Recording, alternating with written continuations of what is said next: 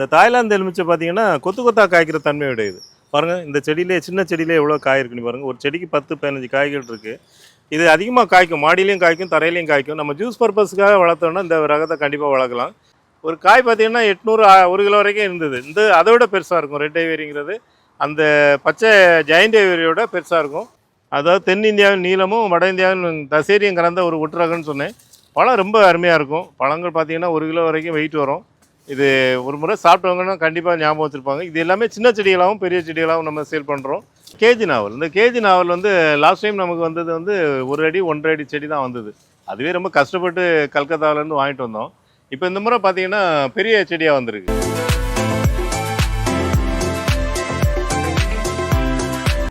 வணக்கம். சென்னை கூடுவாஞ்சியில் இருக்கக்கூடிய Greenland நர்ஸில் November மாதம் என்னென்ன செடிகள் வந்திருக்குற பார்க்கலாம். இந்த லோடு நமக்கு நவம்பரில் வந்திருக்கு, ஃபஸ்ட் லோடு தான். இதில் வந்து பார்த்தீங்கன்னா பெரிய செடிகள்லாம் நம்ம அன்லோட் பண்ணிட்டோம். லாஸ்ட் லோடில் நமக்கு பெரிய செடிகள், அதாவது இமாம்பஸ் வந்து மல்லிகா, பங்கனப்பள்ளி எல்லாமே காய்க்கிற மாதிரி செடிகளை வர வச்சுருந்தோம். அந்த செடிகள் மாதிரியே இந்த லோட்லேயும் வந்தது. அந்த செடிகளை நம்ம வந்து இந்த வாட்டி நம்ம அதை நிப்பாட்டி வச்சுருக்கோம். எப்படின்னா நம்ம நர்சரியிலே காய்க்கிறதுக்காக நம்ம ஒரு கொம்பு கட்டி ரெடி பண்ணி வச்சுட்டோம். அதில் பார்த்தீங்கன்னா இன்னும் ஒரு 3-4 மாதத்தில் பூக்கள் வர ஆரம்பிச்சிடும். இந்த சீசனே காய்க்கணுங்கிற நம்மளுடைய எதிர்பார்ப்பு. அதையும் உங்களுக்கு காமிக்கிறேன். இப்போ நம்ம ஃபஸ்ட்டு அன்லோட் பண்ணிகிட்டு இருக்க செடி பார்த்தீங்கன்னா தசேரி. இந்த தசேரி வெரைட்டி ஒரு வட இந்திய வெரைட்டி. எல்லாருக்குமே நிறைய பேர் தெரிஞ்சிருக்கும். ரொம்ப சுவை அதிகமான ஒரு வெரைட்டி. இந்த ரகம் எவ்வளோ நல்ல ரகம்னு பார்த்தீங்கன்னா இன்னொரு ரகத்துக்கு ஒட்டு சேர்க்கற பயன்படுத்துகிற அளவுக்கு ஒரு சிறந்த ரகம். மல்லிகா வெரைட்டி ரகம் இருக்குது பார்த்தீங்களா, அது வந்து 1 கிலோ வெயிட் வரும். ரொம்ப டேஸ்ட்டாக இருக்கும். அது சாப்பிட்டவங்க மறக்க முடியாத அளவு சுவை இருக்கும். அந்த ரகத்துக்கு அடிப்படையாக இருக்கக்கூடியது அந்த தசேரி. அந்தளவு ஒரு சிறந்த ரகம். இந்த நீளமும் தசேரியும் ஒட்டு பண்ணி நமக்கு மல்லிகாங்கிற ரகத்தில் வந்திருக்கு. நீளம் வந்து வறட்சியை தாங்கக்கூடியது. இந்த ரகம் தசேரி பார்த்தீங்கன்னா ரொம்ப ருசியானது. அதுக்காக மத்திய அரசு வந்து இந்த மல்லிகாங்கிற ரகத்தை நம்ம ரிலீஸ் பண்ணியிருக்காங்க. அது விவசாயிகளுக்கும் லாபமாக இருக்கும், சாப்பிட்றவங்களுக்கும் ரொம்ப ருசியாக இருக்கும். அடுத்து நம்ம பார்க்குற பெங்களூர் ரகம். இது வந்து எல்லாருக்குமே தெரிஞ்ச ரகம் தான். இது பழத்துக்காகவும் நம்ம ஜூஸ் தயாரிக்கிறவங்க அதிகமாக பயன்படுத்துகிறாங்க. இந்த கிருஷ்ணகிரி அந்த ஏரியாலாம் போயிட்டீங்கன்னா ஃபுல்லாக இந்த பெங்களூராக தான் நிறைய விவசாயிகள் வச்சுருப்பாங்க.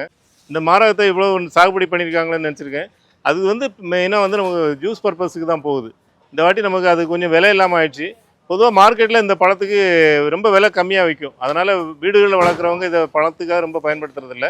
ஆனால் எல்லாருமே கேட்குறாங்க, எதுக்காகனா சமையலுக்கு பயன்படுத்தலாம். ஒரு சாம்பார் வைக்கிறோம், இல்லை மீன் குழம்பு வைக்கிறோன்னா அதுக்கு வந்து இந்த ரகத்தை அடிச்சுக்கிறதுக்கு ரகம் கிடையாது. அதனால் நிறைய மாஞ்செடிகள் வச்சுருக்கவங்க இந்த பெங்களூராவையும் வச்சுக்கணும்னு ஆசைப்படுறாங்க. இந்த பெங்களூராவை பொறுத்த வரைக்கும் நம்ம சின்ன செடிகள் 200 ரூபாய் விற்கிறோம். இதுமாதிரி இப்போ எல்லா செடிகளுமே பொதுவாக இப்போ நான் ஏற்கனவே சொன்ன தசேரி, மல்லிகா, இமாம்பசந்த் எல்லா ரகமே ஒரு 3 அடி உயரம் உள்ள செடிகள்லாம் நம்ம 200 ரூபாயிலேருந்து அதனுடைய வளர்ச்சியை பொறுத்து நம்ம விலை வச்சு விற்கிறோம். இந்த மாரகத்தை பொறுத்த வரைக்கும் இந்த ஒட்டு மாரகத்தில் முதல்ல வந்த ரகம்னு சொல்லலாம். ஒரு பசுமை புரட்சி ஏற்பட்டதுக்கப்புறம் வந்த ரகம்னு சொல்லலாம். அதனால தான் இதை ஒட்டு மாங்கன்னு சொல்லுவாங்க. மற்ற ரகத்தை வந்து எல்லாமே ஒட்டு மாங்கன்னா இருந்தால் கூட இந்த பெங்களூராவை ஒட்டு மாங்கன்னு சொல்லுவாங்க. சில இடத்துல கிளிமூக்குன்னு சொல்லுவாங்க, சில ஊரில் தோத்தாபுரிம்பாங்க. இப்படி பல பேரில் அழைக்கப்படுது. அடுத்து நம்ம பார்க்குற மல்லிகா மாரகம். நம்ம இந்த ரகத்தை பற்றி ஏற்கனவே சொன்னேன். அதாவது தென்னிந்தியாவின் நீளமும் வட இந்தியாவின் தசேரியும் கலந்த ஒரு ஒட்டுரகம்னு சொன்னேன். பழம் ரொம்ப அருமையாக இருக்கும். பழங்கள் பார்த்தீங்கன்னா 1 கிலோ வரைக்கும் வெயிட் வரும். இது ஒரு முறை சாப்பிட்டவங்கன்னா கண்டிப்பாக ஞாபகம் வச்சுருப்பாங்க. இது எல்லாமே சின்ன செடிகளாகவும் பெரிய செடிகளாகவும் நம்ம சேல் பண்ணுறோம். இந்த பெரிய செடிகள் பார்த்தீங்கன்னா ஒரு 6 அடி 7 அடி உயரத்தில் இருக்குது. இந்த பெரிய செடிகள் இந்த பாருங்கள், இதெல்லாம் இந்த மாதிரி பெரிய செடிகள் எல்லாம் நம்ம இந்த இடத்துல நமக்கு பழமாக வரணுங்கிறதுக்காக வச்சுருக்கோம். இது விவசாயிகள் வாங்கி இந்த மாதிரி பெரிய செடிகள் நடுறதுக்கு விரும்ப மாட்டாங்க. ஏன்னா விவசாயிகள்ங்கிறவங்க சின்ன செடிகளை வாங்கி நடுறது தான் விரும்புவாங்க. ஏன்னா அவங்களுக்கு அந்த செடிகளை வளர்க்க தெரியும். பெரும்பாலும் இது யார் வாங்குவாங்கன்னா வீட்டிலே ஒரு செடியோ 2 செடியோ எல்லாம் ஃபார்ம் ஹவுஸில் வைக்கணும், நம்ம உடனடியாக பழம் சாப்பிடணும்னு நினைக்கிறவங்க இந்த மாதிரி பெரிய பெரிய மாங்கன்றுகளை கேட்குறாங்க. அதுக்காக இந்த முறை இந்த மாதிரி பெரிய மாங்கன்றுகளாக வந்திருக்கு. எல்லாமே 15 அடி உயரம். இதில் எல்லா ரகமுமே இந்த மாதிரி உயரத்தில் கிடைக்குது. இந்த மாதிரி வேணுன்னா கூட நம்ம நர்சரிக்கு நம்பர் 9841986400 நம்பருக்கு கான்டாக்ட் பண்ணிங்கன்னா இந்த மாதிரி பெரிய செடிகளை வாங்கி கூட நாங்கள் நட்டு கொடுக்குறோம். இப்போ அடுத்து நம்ம அன்லோட் பண்ணிட்டு இருக்க செடி பார்த்தீங்கன்னா டென்னிஸ் பால் செரி. இந்த டென்னிஸ் பால் செரிங்கிறது ஒரு செரி வெரைட்டி. நிறைய கஸ்டமர் இந்த மாதிரி செரி வெரைட்டி, ப்ளம் வெரைட்டிலாம் கேட்பாங்க. இப்போ நம்ம ஊரில் நம்ம கிளைமேட்டில் காய்க்கக்கூடிய ஒரு செரி வெரைட்டி இது. இந்த டென்னிஸ் பால் செரியை பொறுத்த வரைக்கும் இந்த இலைகள் பாருங்கள், இலைகள் நல்லா பார்க்குறதுக்கு ஒரு ரம்யமாக இருக்கும். இலைகள்லாம் அந்த ஓரம்லாம் ஃபுல்லாக கருவாக இருக்கும், அந்த ஒரு வளைவாக இருக்கும். அதாவது மாடியில் வளர்க்கலாம், தரையில் வளர்க்கலாம். மாடியில் வளர்க்கும்போது நம்ம இதை கொஞ்சம் கவாத்து பண்ணி வளர்க்கணும். இல்லைன்னா சின்ன செடி வச்சு கூட வளர்க்கலாம். சின்ன செடிகளும் காய்க்கிற தன்மையோட தான் இருக்கும். இது எல்லாமே லேயரின் செடி, விதை செடி கிடையாது. அதனால் லேயரின் செடிங்கிறதுனால நமக்கு சீக்கிரமாகவே மகசூல் கிடைக்கும். நம்ம ஒரு செரி பழம் சாப்பிட்ட ஒரு ஃபீலிங்கை நம்ம உணரலாம். அடுத்து நம்ம பார்க்குறது எக் ஃப்ரூட். இந்த முட்டைப்பழம்னு சொல்கிறோம் இல்லையா, முட்டைப்பழத்திலே இது ஒரு இனிப்பான ரகம். அதாவது முட்டைப்பழம் ஓரளவு இனிப்பாக தான் இருக்கும். நிறைய பேர் சாப்பிட்றவங்களுக்கு தெரியும். நல்லா மாவுச்சத்தோட ஒரு முட்டையினுடைய மஞ்சள் கரு மாதிரி பார்க்குறதுக்கும் அந்த டேஸ்ட்டும் அதேமாதிரி தான் கிட்டத்தட்ட இருக்கும். ஆனால் இந்த பழங்கள் பார்த்தீங்கன்னா கொஞ்சம் நீளமாக இருக்கும். அந்த உருண்டையாக இல்லாமல் நீளமாக இருக்கும். இது புது ரகம். அந்த முட்டைப்பழம் வேறு, இது வேறு. ஆனால் எல்லாமே நாட்டு செடி தான். வேற என்னன்னா நீங்கள் ஏதோ ஒரு ஹைப்ரிட் செடின்னு நினைக்க வேண்டாம். நல்லா இனிப்பாக காய்க்கக்கூடிய மரத்துலேருந்து ஒட்டு பண்ணியிருக்காங்க. அதனால் இந்த பழங்கள் நல்லா இனிப்பாக இருக்கும். இது மாடியிலையும் வளர்க்கலாம், தரையிலையும் வளர்க்கலாம். இந்த முட்டைப்பழம் சாப்பிடாதவங்க இந்த பழங்களை கண்டிப்பாக அது அவங்க ஃபார்ம்லேயோ இல்லைனா வீட்டிலேயே வளர்க்கலாம். ரொம்ப அருமையான ருசி இருக்கக்கூடிய ஒரு வெரைட்டி. கேஜி நாவல். இந்த கேஜி நாவல் வந்து லாஸ்ட் டைம் நமக்கு வந்தது வந்து 1 அடி 1.5 அடி செடி தான் வந்தது. அதுவே ரொம்ப கஷ்டப்பட்டு கல்கத்தாவிலேருந்து வாங்கிட்டு வந்தோம். இப்போ இந்த முறை பார்த்தீங்கன்னா பெரிய செடியாக வந்திருக்கு. நான் ரொம்ப ஆசைப்பட்டேன். ஏன்னா பழத்தோடைய சைஸ் ரொம்ப பெருசாக இருக்கும்போது எப்படா சாப்பிட்லான்னு நினச்சேன். இந்த சீசன்லேயே சாப்பிட்ருவேன்னு நினைக்கிறேன். ஏன்னு கேட்டால் ரொம்ப பெரிய செடியாக இருக்குது. பழங்கள் பார்த்தீங்கன்னா ஒரு 50 கிராம் வெயிட் இருக்கிற மாதிரி இருக்கும். அது கேஜி நாவல்னு சொல்ல காரணம் என்னென்னா 10-15 பழம் வச்சாலே உங்களுக்கு 1 கிலோ வர அளவுக்கு வந்துடும். அதனால தான் அது மாதிரி சொல்லியிருக்காங்க. இப்போ இலையை பாருங்களேன் எவ்வளோ பெருசாக இருக்குன்னு. இந்த இலையை பார்க்கும்போதே அடுத்தால உங்களுக்கு தோணும் என்னடா எல்லாமே பூச்சி சாப்பிட்ருக்கு அப்படின்ட்டு. நாவல், வாட்டர் ஆப்பிள் இந்த மாதிரி சில செடிகளில் பார்த்தீங்கன்னா இந்த மாதிரி பூச்சி சாப்பிட்டா அதுக்காக கவலைப்படாதீங்க. அதுக்காக பூச்சி ரொட்டி ஏதாவது ஸ்ப்ரே பண்ணணுங்கிறது கூட தேவையில்லை. கவலைப்படாமல் நீங்கள் தைரியமாக இருக்கலாம். இந்த தேக்கு மரத்தில் வருது பாருங்கள், அதுமாதிரி வரும், அது போயிடும். அதெல்லாம் ஒன்றும் பிரச்சனையே கிடையாது. இது வந்து ஒரு நீங்கள் எங்கேயாவது ரோட்டில் பாருங்கள், ரோட்டில் இருக்க நாவல் மரத்தில் கூட இதேமாதிரி தான் பூச்சிகள் வரும். அதனால் எந்த பாதிப்பும் கிடையாது. நல்லாவே காய்க்கும். இந்த மாதிரி இலைகள் ஓட்டையாக இருந்தால் அதுக்காக எதுவும் தண்ணி ட்ரீட்மெண்ட் எதுவும் பண்ண வேண்டியதில்லை. இந்த பழங்களை பற்றி சொல்லும்போது இது வந்து மருத்துவ குணம் நிறைஞ்சது. எல்லாமே சுகர் பேஷண்ட்டுக்கு ஏற்ற ஒரு வெரைட்டி. அதனால் நம்ம எல்லா தோட்டங்கள்லேயோ இல்லை மாடி தோட்டத்திலேயோ ஒரு செடி கண்டிப்பாக எல்லாருமே வீட்டில் வளர்க்கலாம். அடுத்து நம்ம பார்க்குறது தாய்லாந்து கொய்யா. அந்த தாய்லாந்து கொய்யாவை பொறுத்த வரைக்கும் நிறைய பேர் சொல்லுவாங்க அது இனிப்பு இருக்காது அப்படின்ற மாதிரி சொல்லுவாங்க. கண்டிப்பாக கிடையாது. நம்ம மார்க்கெட்டில் வாங்குறத வச்சு நீங்கள் எதையும் கம்பேர் பண்ணாதீங்க. மாம்பழம் மாதிரி தான். இது ஒரு முக்கா காயில் பறிக்கிறதுனால உங்களுக்கு அந்த இனிப்பு தன்மை இல்லை. இதில் உண்மையான ருசியை தெரியணும்னா நம்ம வீட்டில் வளர்க்கணும். நம்ம வீட்டிலே தோட்டத்தில் வளர்த்தோம்னா உண்மையிலே ரொம்ப சூப்பரான ஒரு ரகம். நிறைய காய்க்கும் தன்மை உடையது. விவசாயிகளாக இருந்தால் ஒரு கமர்ஷியலாக கூட பண்ணலாம். மார்க்கெட்டிங் வசதி இருந்ததுன்னா ரொம்ப ஒரு லாபம் கொடுக்கக்கூடிய ஒரு வெரைட்டி இந்த தாய்லாந்து கொய்யா.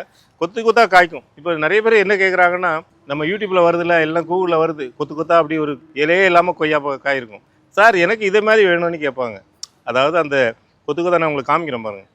இதே மாதிரி எனக்கு கொய்யா வேணும்னு கேட்பாங்க. ஆனால் அவங்க யோசிப்பாங்களான்னு எனக்கு தெரியல. ஆக்சுவலாக நம்ம மண் வளம் அதே மாதிரியா, நம்ம கிளைமேட் அது மாதிரியா அப்படிங்கிறத பண்ணுவாங்க. ரெண்டாவது அது கிராபிக்ஸ் பண்ணி வருது. அதை நம்ம புரிஞ்சுக்கணும். முதல்ல ஒரு விஷயத்தை பார்க்கும்போது அது நிஜமாக பொய்யாங்கிறத ஊர்ஜிதப்படுத்திக்கிட்டு நம்ம அதை ஃபாலோ பண்ணுறது நல்லது. ஆனால் அந்த அளவு காய்க்கலைன்னா கூட ஓரளவு நல்லாவே காய்க்கக்கூடிய ஒரு வெரைட்டி. இருக்கிற கொய்யா வெரைட்டிலே அதிகமான லாபத்தை கொடுக்கக்கூடிய வெரைட்டி இந்த தாய்லாந்து கொய்யா. அடுத்து நம்ம பார்க்குற கல்வாழை செடி. இந்த கல்வாழை பார்த்தீங்கன்னா ஒரு வாழை ரகம் தான். நம்ம வாழை எப்படி பக்கத்தில் கன்றுகள் தூழ்த்து வருதோ அதேமாதிரி இதிலே வரும் பாருங்கள். நிறைய சக்கர்ஸ் வரும். ஒரு சின்ன கிழங்கு வச்சா கூட அதுலேருந்து வளரும். இது வந்து ரெட்டு. இந்த ரெட் கலர் பார்த்தீங்கன்னா ரொம்ப அட்ராக்டிவாக இருக்கும். இது டுவார்ஃப் வெரைட்டி.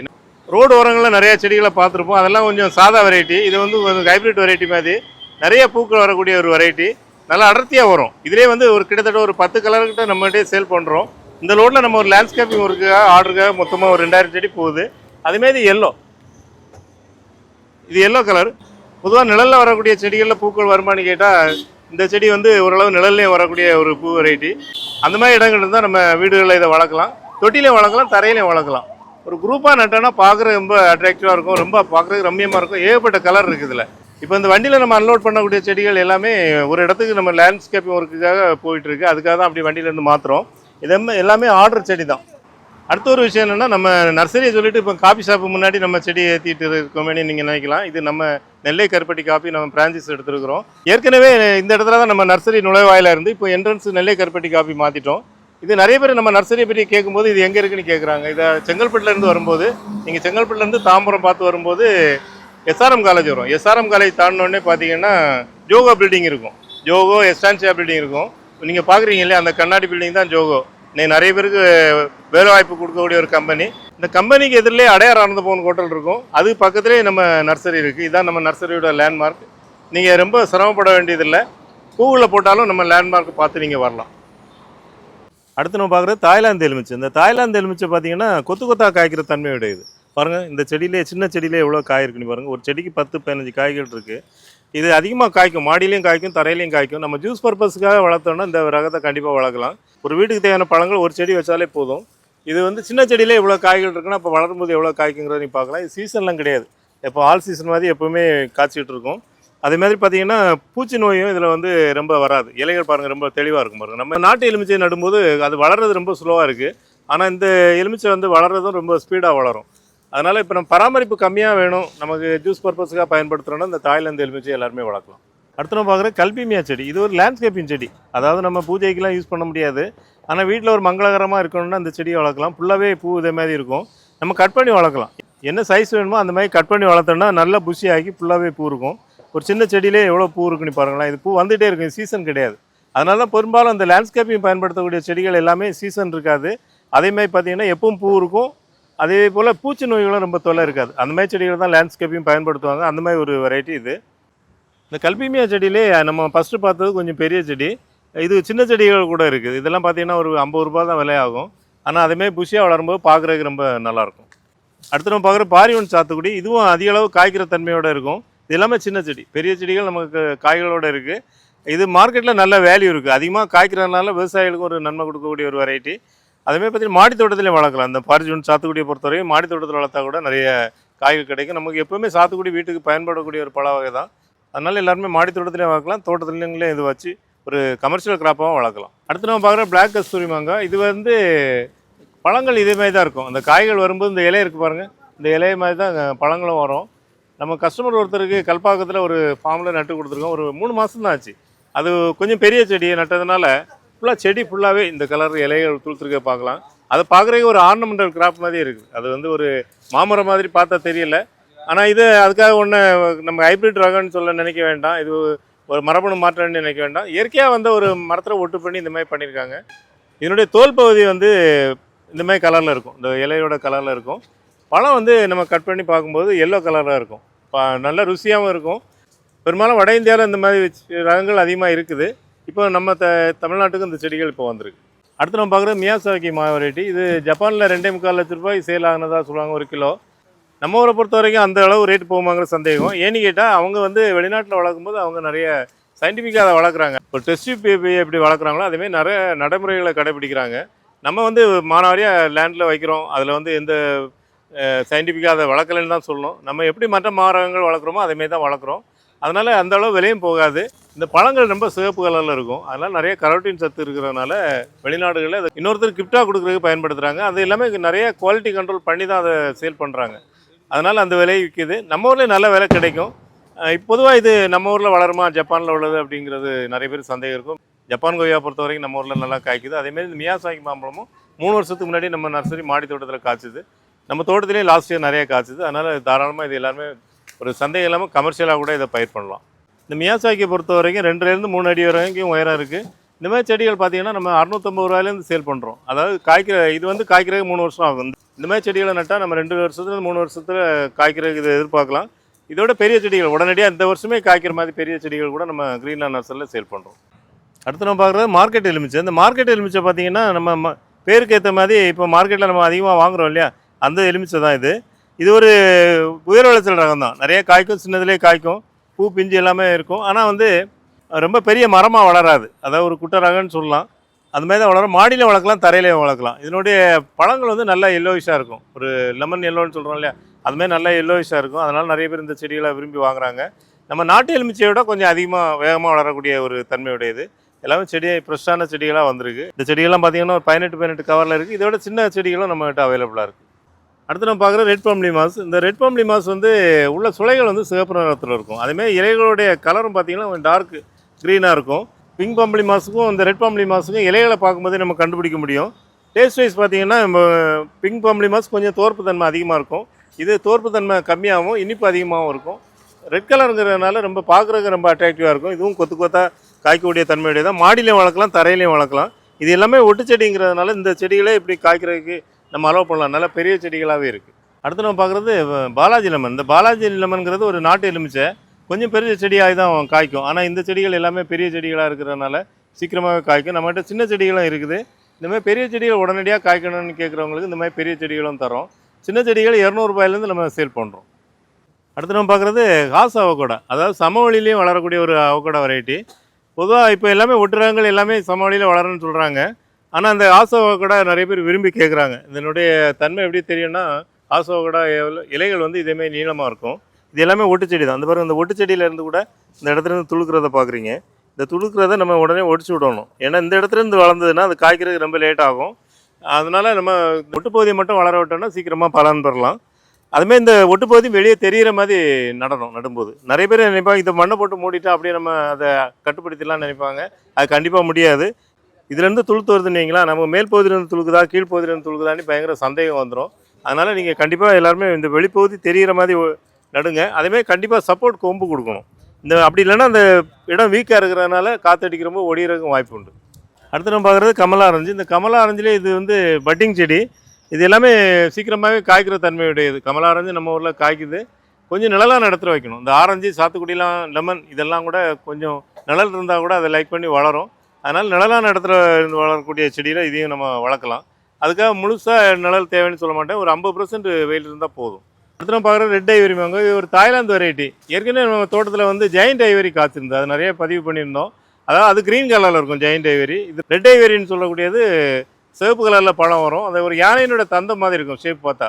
1 கிலோவுக்கு மேலே வெயிட் வரும். நம்ம தோட்டத்தில் காய்ச்சது கூட ஒரு யானையோட தந்தம் மாதிரி இருந்தது. ஆனால் பச்சை கலரில் காய்கள் இருந்தது. ஒரு காய் பார்த்தீங்கன்னா 800 1 கிலோ வரைக்கும் இருந்தது. இந்த அதை விட பெருசாக இருக்கும் ரெட் ஐவரிங்கிறது. அந்த பச்சை ஜெயண்ட் ஐவரியோட பெருசாக இருக்கும். பழங்கள் ரொம்ப டேஸ்ட்டாக இருக்கும். நல்ல சுவையான ஒரு பழமாக இருக்கும். இந்த செடிகளும் பார்த்தீங்கன்னா பெரிய செடிகள் வந்திருக்கு. இது வரைக்கும் வந்த செடிகள் எல்லாமே 3 அடி 4 அடி செடிகள் தான் வந்தது. இந்த முறை வந்து 7 அடி 8 அடி உயரத்தில் உள்ள செடிகள் கூட வந்திருக்கு.